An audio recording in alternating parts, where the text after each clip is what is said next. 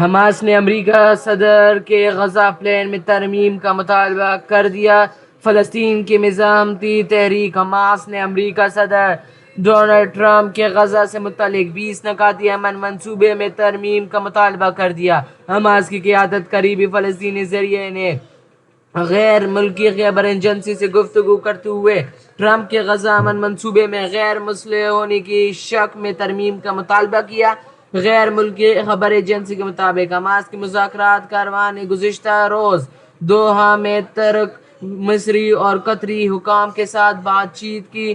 فلسطینی ذرائع کے مطابق حماس کچھ شقوں میں ترمیم کرنا چاہتا ہے۔ حماس اسرائیل کے مکمل انخلا اور رہنماؤں کے فلسطین کے اندر یا باہر قتل نہ کیے جانے کی بین الاقوامی ضمانتیں چاہتی ہے۔ ذرائع کا کہنا ہے کہ حماس کو جواب دینے کے لیے زیادہ سے زیادہ 2 یا 3 دن درکار ہیں۔